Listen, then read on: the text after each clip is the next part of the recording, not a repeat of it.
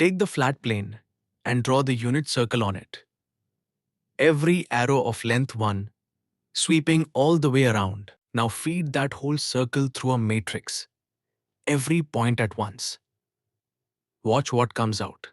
The circle has become an ellipse, tilted, longer one way, shorter the other. And here is the quiet miracle. Whichever matrix you choose, a circle always turns into an ellipse. Never anything else. Singular value decomposition is the sentence that reads this picture. It names those two directions and exactly how far the matrix stretches along each. Let's build it. The whole idea fits in one line.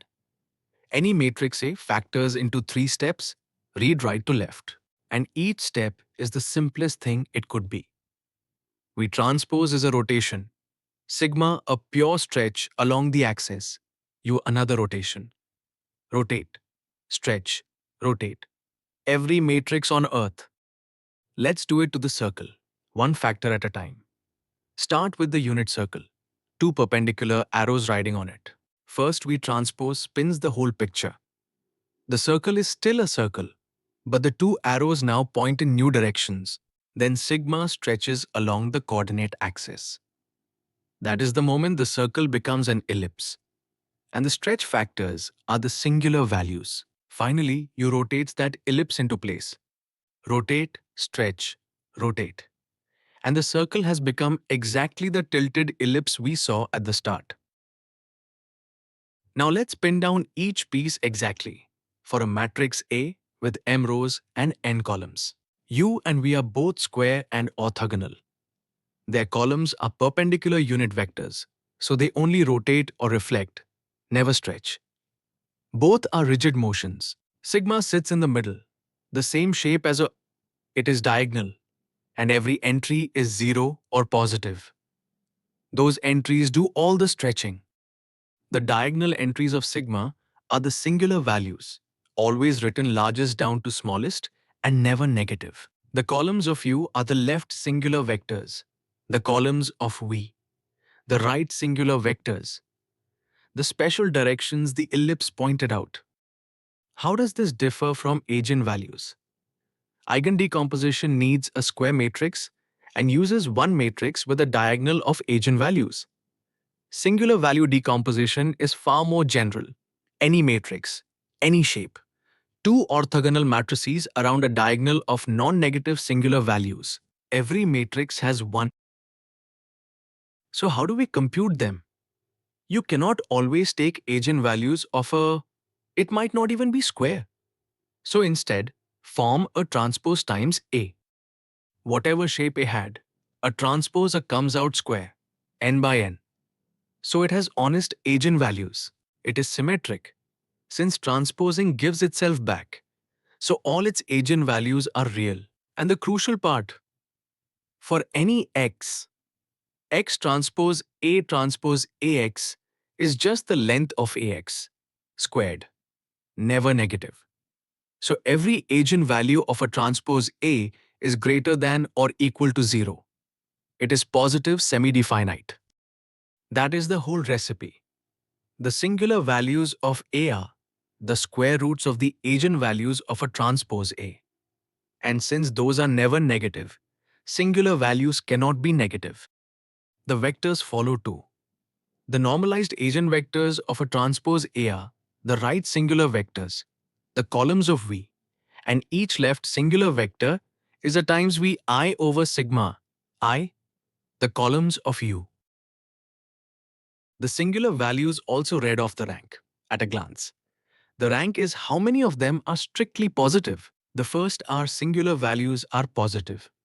Any that remain are exactly 0. A 0 singular value means the matrix flattens that direction, the ellipse loses an axis and collapses. One more gift, and it is why SVD runs so much of modern data work. You can rebuild it as a sum of simple rank 1 pieces, each a singular value times an outer product of a U and AV, already sorted by importance, since the sigmas descend. So keep only the largest few singular values, drop the rest, and you get the best low rank approximation of A. That one idea compresses images and powers recommendation systems. The same story lifts straight into 3 dimensions. Here are the 3 axes. In 3 dimensions, the unit circle becomes the unit sphere. Push it through a matrix, and the sphere swells into an ellipsoid, a squashed, tilted ball. Its 3 semi-axes are the 3 singular values: rotate, stretch, rotate. A sphere into an ellipsoid. Any matrix, in any dimension. Let's make every number real. Take the matrix from our opening picture. 1, 2, 2, 1, and find its singular values and rank. Step 1. Build a transpose A. This matrix is symmetric, so a transpose is A itself. Multiply, the top left is 5, the off-diagonal 4. So A transpose A is 5, 4, 4, 5. Step 2. Its eigenvalues. Subtract lambda down the diagonal. Set the determinant to 0. That gives lambda squared minus 10 lambda plus 9, factoring into lambda minus 9, lambda minus 1. The eigenvalues are 9 and 1. Step 3. Take square roots. Sigma 1 is root 9, 3. Sigma 2 is root 1, 1.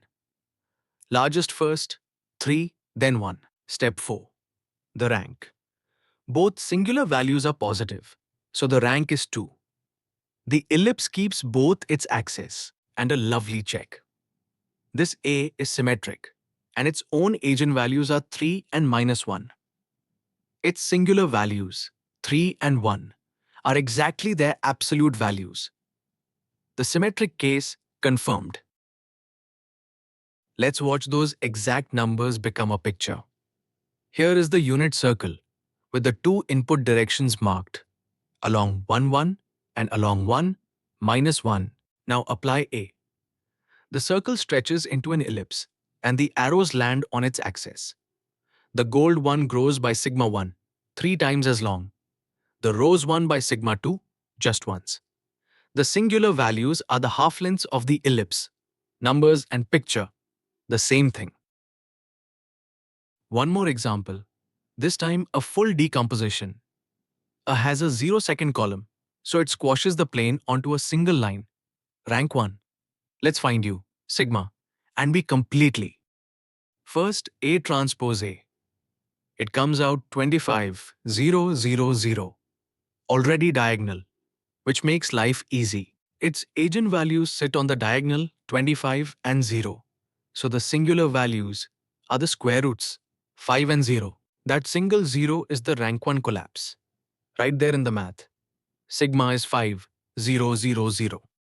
A transpose A is diagonal, so its eigenvectors are just the coordinate axis, 1, 0 and 0, 1. That makes V the identity. The first left singular vector is a times V1 over sigma 1. 1/5 of 3, 4. The unit vector 3/5, 4/5. Sigma 2 is 0, so U2 is any unit vector perpendicular to it. Minus 4/5, 3/5. Now assemble and check. V transpose is the identity. So your sigma V transpose is just U times sigma. Multiply it out and you get exactly A. The decomposition works. Your turn. A clean diagonal matrix, 2 and 3. Pause and find its singular values and rank. There is one small trap hiding in it. See if you spot it. Here is the walkthrough. A transpose A is 4, 0, 0, 9. So its eigenvalues are 9 and 4. Square roots give the singular values, 3 and 2. And here is the trap. We order them largest first, so sigma 1 is 3. From the second diagonal entry, not the first.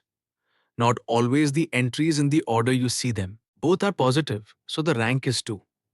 If you got 3 and 2, in that order, you have genuinely got this.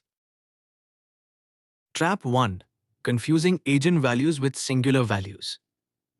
Eigenvalues live only on square matrices and can be negative or complex. Singular values come from a transpose A and are always non-negative. Different animals. Trap 2. Thinking a singular value could be negative. It is the square root of a non-negative eigenvalue, so it is always 0 or positive. Trap 3.